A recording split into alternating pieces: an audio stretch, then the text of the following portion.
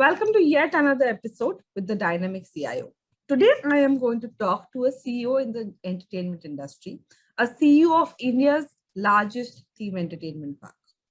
Now, the global entertainment park industry is estimated at around $25 billion, expected to touch $32 billion soon and at a rate of 9% CAGR. And there are over 800 entertainment parks worldwide with an annual attendance of 700 million visitors. The entertainment and theme park industry is deemed to be worth 10,000 crores in India by 2020. Now, currently, for a population of 1.15 billion in the country, there are only 120 entertainment parks and 45 family entertainment centers. Please pardon me for some of my data if one or two here and there. Now, this indicates that the growth potential of the Indian entertainment and theme park industry is substantial. Okay, Disney and Orlando employ hundreds of experts in 3D modeling, software, computer-aided design, and visual effects to give the next generation the kind of entertainment experience which is specialized, technical, and very creative. Now, Disney itself employs 232 Imaginers in Orlando, and Universal Orlando employs 120 plus, creative experts.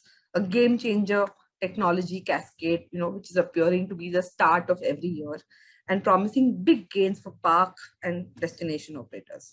Now, I will not talk more on this. Let me hear this from our guest today, Mr. Dhimant Bakshi, who's an intuitive retailer with a keen acumen for profitability with 25 years of experience across varied domains: buying, merchandising, e-commerce, product design, development, operations, supply chain. His career growth trajectory is built by association with reputed retailers like Shoppers Stop, Future Group, Reliance Retail, and Globus. Currently, he is leading business at Imagicaaworld Entertainment Limited as a CEO. Welcome to the show, Mr. Bakshi. Thank you very much, and very glad to be on your show now. Thank you so much. Usually I end up talking to CIOs and information security experts, and I'm sure my viewers right now will be thinking that what I'm going to talk about technology with entertainment park. So let's get into the groove soon. Okay, my first question. Now, if I've read it well, in 2013, you set out to revolutionize the digital and the e-commerce experience for theme parks in India. Okay, what is the change now and then?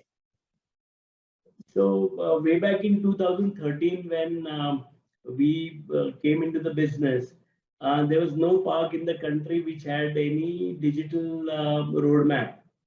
So we were the first company to set up our own proper website, proper booking ticketing engine, which would take care of the ability to plan ahead, also know all the permutations, combinations, different options available for a person to travel, plus a full service call center which will take care of customer queries.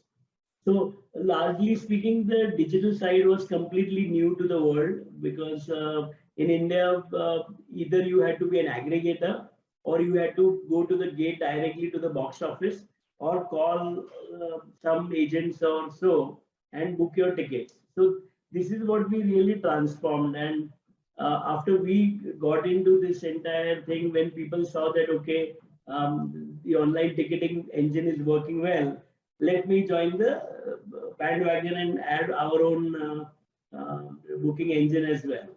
So that was first step that we started off with.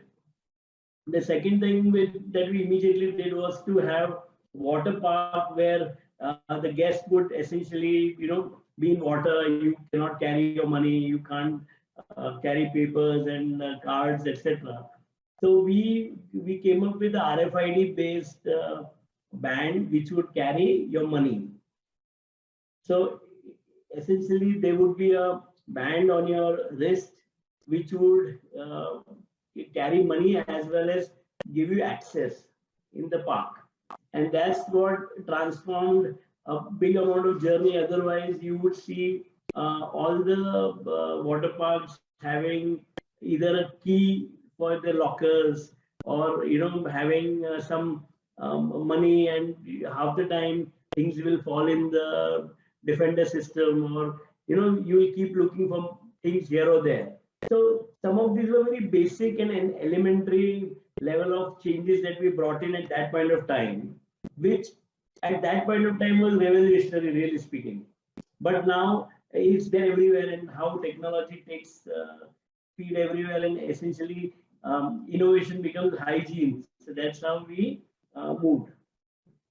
Post which we came up with various new innovations like getting into virtual queuing mechanism. So during COVID, we realized that people to stand one near another would become a challenge. And as we all have experienced this in the uncertain times, we came up with this method wherein which you would system will the algorithm of the system will throw about how many people can come in a queue based on the load and based on the capacity of the ride. And you as a customer or I as a customer can block our uh, queue so that you are closer to the queue, but you're not standing in the queue, you're not hustling, bustling, and you are getting that enough breather to maintain social distancing. At the same time, your experience is optimum. That's something which we try and so we did various such things. Similarly, we got about doing cashless arrangement in the food and the retail business, wherein which when you enter, you made the park cashless. So before the UPI and other such innovations came in from National Payment Corporation, we had our own paper mechanism, wherein which you don't have to carry cash. So essentially, we give you a tender, and that is again a barcode scan. So you can read it and redeem it as you go. So it automatically reduces the burden of handling cash. At the same time, if a family is together and a child is there and a child wants to buy an ice cream, you would be more comfortable giving a coupon rather than a money, and that's what we experienced over there. Similarly, we also have an e-ticketing system now.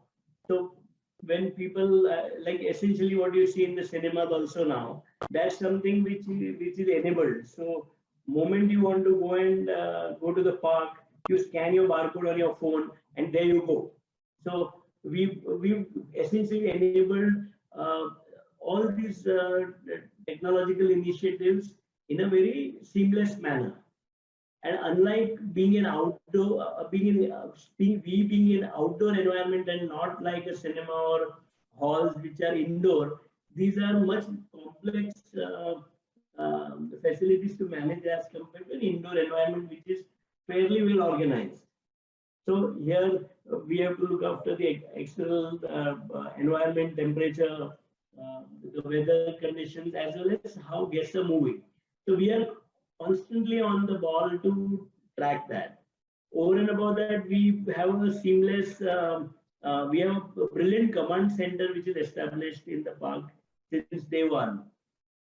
Here we keep a track of what's happening in the park on a regular basis, and these are all real time. And now we are digitizing them in a manner that any instances or any such occurrences that we need to track ever, we can go back within a certain time period that we need to do. So our job is guest experience on one side, innovation and seamlessness of the guest access to the park, and ensuring safety and security and great food experience. So this is how our circle of life is, and we try and make sure that all these boxes are ticked appropriately and guest has a great time. I think what your approach then and now has two very common things is what I observed from your talk, that one, safety of your guest, and second is convenience for your guest. That kind. Obviously, in a theme park, they've come for a different experience for the gaming and the entertainment. But along provide, that's a part. I mean, that's a part and parcel of your product that you're offering. But you're ensuring that you're giving that experience of the convenience and the safety of the consumer or the guest that you are having, to ensure that the whole experience, I think, they have from the start to the end is very seamless and very secure. Yeah. So for us, the experience of the guest does not start from the time they reach the park. It's from the time they access our website. Correct. And that's the time the interaction starts. So everything that we do, right from the journey of let's say exploring the website to filling the feedback form, we need to make sure that we have completed the loop properly. And every happy ambassador is what we really look forward to, because that's our mission, to make people happy. So if people have fun and they're happy, that's what we want. We love to create delightful memories for people. I think they come for memories, and I think you are, doing the best.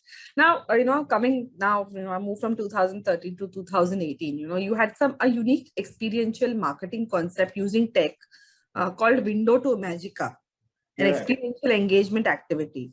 So going forward, how do you plan to use tech to create these cool experientials, all these engagements? So, in fact, if you see, our Window to Imagica was actually a BTL initiative where we blended technology. So that's where it was essentially a phygital experience that we provided. In a physical environment, we brought digital experience. Going forward, we think that so during pandemic, one big thing that we learned is how do we had never imagined that the parks will not be allowed to operate for such a long time, right? It was completely shocker for all of us. So we said that how do we engage with our guests better through digital to digital platform itself? And as we speak, we are currently working on new initiatives to see how we can become a part of the space on the mobile, or how we can become part of a space of a child's or a family's activities. And so during pandemic, we launched something called as quarantinities, and there we did a lot of engagement for people, of course, on a digital to digital platform. So we have an animator in our team and an illustrator. So they came on board and they created a workshop for children, or somebody wanting to learn to illustrate, or somebody wanting to know about animation. Similarly, we have a team of chefs so all our kitchen are our own. We've not really outsourced it to the XYZ, QSR or other formats. We run it ourselves. So we have a team of chefs. So we created an entire recipe-based experiences for people. Now that essentially was the first step towards the moving, into building experience beyond the park activities. Of course, we did not have enough time or resources at that point of time to plan that well. But taking a cue from there now, we want to build a lot more towards the gaming side, as well as more towards the experiential activities, which we can give it to you over a digital experience as well. You may not always have to physically come. So one way of looking at it is to sample our park experiences through a digital initiative. So that's something which we are now experimenting. A lot of companies went digital. I mean, digital became a must-have, instead of a nice to have, and lot of companies turned to digital. Yeah, absolutely. Yeah, I think people who did not see digital coming faced a huge challenge. But I must say that lots of companies that I know who earlier did not have digital in their plans, they also joined the bandwagon, and sometimes very surprisingly, sometimes we tell them, okay, this is not required, but they will, yes, let me now do it. So, it is famine to flood at times, but yeah, that's life. So people do experiment. So what happened was, because it became from a must-have, and as you said, a lot of companies adopted the digital front. You tried to go a step ahead, where that because of the pandemic, there was a lockdown where people were not allowed to come and experience and visit the park. You went a step ahead to create experiences for your target market, for your kids, for everybody. just from a point of view of education, learning, to give them that kind of experience, and they know that, we provide. So kudos to you for that, because otherwise, usually companies who are going digital, for example, a kirana store or a retail market, they all were, their business was on. Here Yeah. for you, the park was closed and you had no choice. No, we were shut for almost 3/4 of the period of the pandemic. So we were uh, we take the cake as far as the challenges faced during Yeah, this that's what I'm saying. People turned that, digital because they had no choice but to run their business. For you, it was, yeah, you couldn't do it, unfortunately, but you still, yeah, try to give that yeah. experience to. So kudos to you. Now, I was just going through a lot of other parks, since I had to speak to you, and the theme park sector overall is working very hard. Obviously because you all 3/4 of the part of the pandemic, you all were closed all over the world. To increase the effectiveness in the personalization of, say, prompts, triggers to be sent to guests through apps, SMS. As you said, you had these bands that you call, and some parks have these wearable devices. Yeah. Any plans like this for Imagica for the future? Yeah, so we think that um, uh, the best form of data collection is to have a layer, and a wearable device or a wearable which can essentially help us know the consumer better. See, so one is increase the excitement and the experience level, and other is to know what they seek, what more granularly. Therefore, we can tailor make the product better. So this is both that we are working on alongside. So it is not just only the experience, but we ought to know our customer better. We can't really be working with certain assumptions.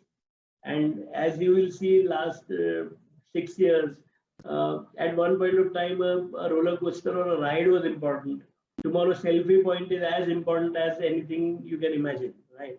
So things change, and how fast we can keep pace with change, and that will tell us by knowing the customer movement better and where do they go, how much time do they spend. We don't need to know their um, personal details. We don't need that. What we need is, if a set of people are moving, how much time are they spending in a particular zone? What are they doing? What kind of an activities give them more engagement? And how should our product mix be planned? So, so it's that journey that we have now completely embarked on. Uh, so we use our memory, we use what we have seen them, and now what they seek. So that's really going to be a transformational journey now, because a lot of investments that would happen on digital now would be a serious amount of investment. It can't be now few dollars here or there, and therefore what we choose, what we go towards, will determine how much more we spend, and therefore we have to be sure on what kind of an initiative that we need to launch. Yeah. All your answers, all your whatever you're saying, seems very customer centric. And I want to, I will ask you more questions on customer centricity now, moving from digital. But before that, I have one question which I had thought of asking you, when I connected with you. And I know it is out of context question, but I still want to ask you, in this era where, PS, all the kids are talking about PS, all kids are all over YouTube, they don't even have their lunch or dinner without their mobile phone or their iPad or whatever. How do you keep up this interest high for kids coming to theme parks and spending time and creating memories? So, after you work very hard for months and days and weeks, you go for a detox. We are a digital detox for all the digital formats. So essentially speaking, first of all, we are not a very kiddie park. We are a family park. I So agree our with park, you. I have been to the park with my husband for celebrating a occasion. So I agree with that part. Yeah. yeah. So because our park is for an entire family, and it's also catering to age group of 50 and 60 as well. That right from 8 to 60, I would say, get catered very well in this park. And 20, in 18 to 35, essentially being the most prominent ambassadors of our park. And that is why what happens is that it is not one segment that we have to motivate to come. Now, if you look at it, there are corporate outbound programs, team building programs.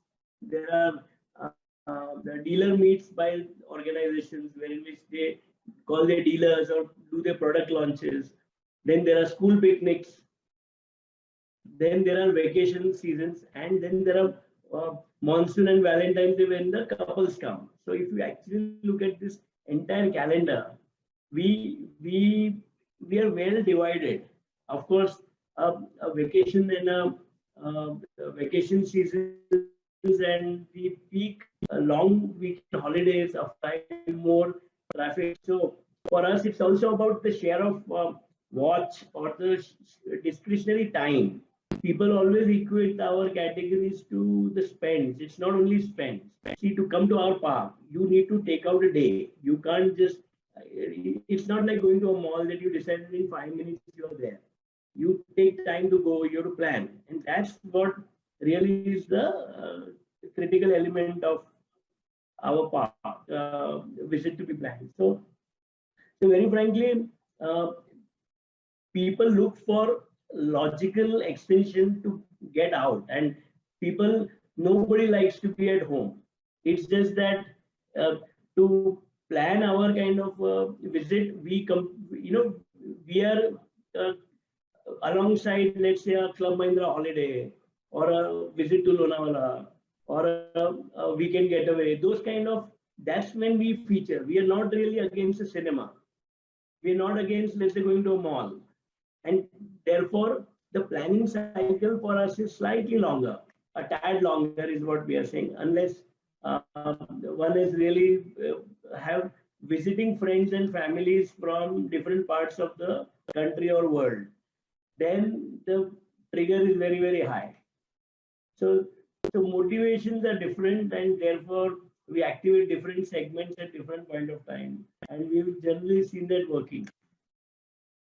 I think that's why also, as I said, before we started the talk, that, since you have a hotel nearby, it becomes like a weekend getaway to come to a park. You get entertainment. The whole family can spend time together and just get out of the house. And as you said, I like the word, the digital detox works very well. I think just not for kids, even for elders. We also need a digital detox from the work and everything. Okay. Now, we spoke about, your focus on all your decisions are very customer centric, and you spoke a lot about that. But however, I'll still, want to ask you that all organizations have been really spending a lot to give the customers extraordinary experiences. And as a business leader, you are the CEO. So you have the responsibility to hear and respond to the needs of your customers, correct? How are you navigating this crisis stronger by listening, analyzing, and making customer decisions? Like you spoke already about, how you're having this, the consumers can have a stop at how many people are entering, etc. So how are you, doing this? How are you listening and analyzing and making those decisions? Is it a daunting task? Yeah, so now the technology initiatives also help us a lot, right? So earlier, if we had to respond to a guest on a call center, to a TripAdvisor, to a Facebook or an Insta, or our own inbound customer query or concerns center, right? We had to literally toggle between all of these options, and it used to be very, very, I would say, inefficient and a time-consuming process. But now there are good consoles available in which you can access feedback real time.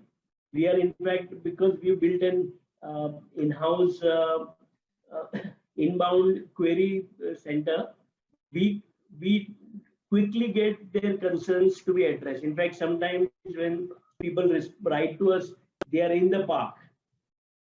and immediately somebody can get back to them. So we have also realized that there are the more tech savvy we become, guests are always 3 steps ahead of us. So the moment you offer them an initiative, they will pick and choose something and they will write back to you. They will get their queries resolved. In fact, it works better because it's a very quick way of resolution process. And with new technological tools, we have seen that it's fairly manageable now. I mean, of course, in the peak season, of course, the pressure is different, but at least the lead times are much lower to respond.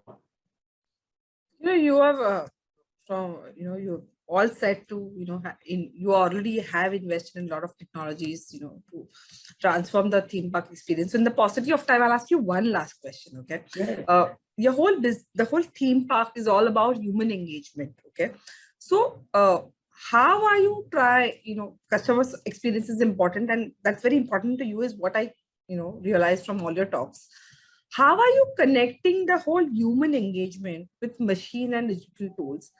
And what is making a genuine influence on the customers? So look, it's like this: when a customer is starting their journey, and when they know who's the driver going to pick them up, and if they know that driver's rating is fine, it starts their journey on a good note. So we have built technological initiatives that moment you booked a vehicle, you immediately get your response back that your booking is confirmed, and you will get your driver intimation, driver visit notification an hour prior to the commencement of journey. Moment you board the car, you get a survey monkey message on your phone, wherein which you can rate the driver, you can rate the car, you can rate the entire experience of not the park, the drive. Right? So we have to segment each and every aspect of your experience. So we split that into parts and ensure that each and every part is tackled. So there are some total of very small and big initiatives that you will see. Now, example, I was talking about the virtual queuing. In peak seasons, we run them, wherein when there is a load, we try and handle those queries well. In fact, on a day we had a issue with one of our easy ticket system, and we realized that certain new versions or new updates should not be sent out on a busy day, because one bug somewhere puts the entire circle into a halt. Yeah. So we also learned, sir, not everything we've done always has been perfect, but we have ensured that one mistake that we make will not repeat again. Right. However, new mistake can happen. So that's life, right? But we have to keep experimenting, and when to experiment, how to experiment. So there is more like a council that has got formed internally, wherein with the marketing and the operations and the technology teams come together to drive an initiative. It's not one department's initiative. If we all are serving the customer together, all of us have to come together and know the journey right, and that's what we focus on. What you've done is, every moment of truth that the customer has. Correct. From the start of, as you said, in the start, from the time of booking the ticket to, getting in the car to finally, having that experience and creating memories. So, you have very clearly have had the focus of, upgrading your technology, using the best technology to deliver that customer experience. That is been the core focus. Right. That's a good, that is a perfect blend, which a vision, what a CEO should have, upgrading the best technology and, giving that center customer giving experience. And I want to, give you a kudos for one more thing. I've been talking to a lot of CXOs, and usually the CEOs are not the ones who actually know about what a technology is. When you said that if you sit in the car, you will get a form from Survey Monkey, very small thing. But a CEO knowing such small nitty-gritty of their whole experience is something which I have never seen. CEO also, आप मेरे technology वाले से बात कर लो, वो आपको बता देगा, या आप मेरे, you talk to my head CX and he'll be able to tell you everything. I am not. I'll give you a bigger picture. But you obviously had a bigger picture. Your vision was very clear. But you had these small things which like if I'm in a line, I know that I should not. I will not be. If I want, I can do a stop. Small things like that, and a CEO knowing all of this and keeping a hold of all of this is very, very not seen in this whole organization and the way the enterprises are working. So kudos to you for that. And thank you so much for your time. It was such a pleasure talking to you. I could ask still many questions, but yes, but thank you so much. I mean, I am so glad that I had this conversation with you. So thank you so much. My pleasure. And we look forward to all of you, the host as well as the viewers at the park.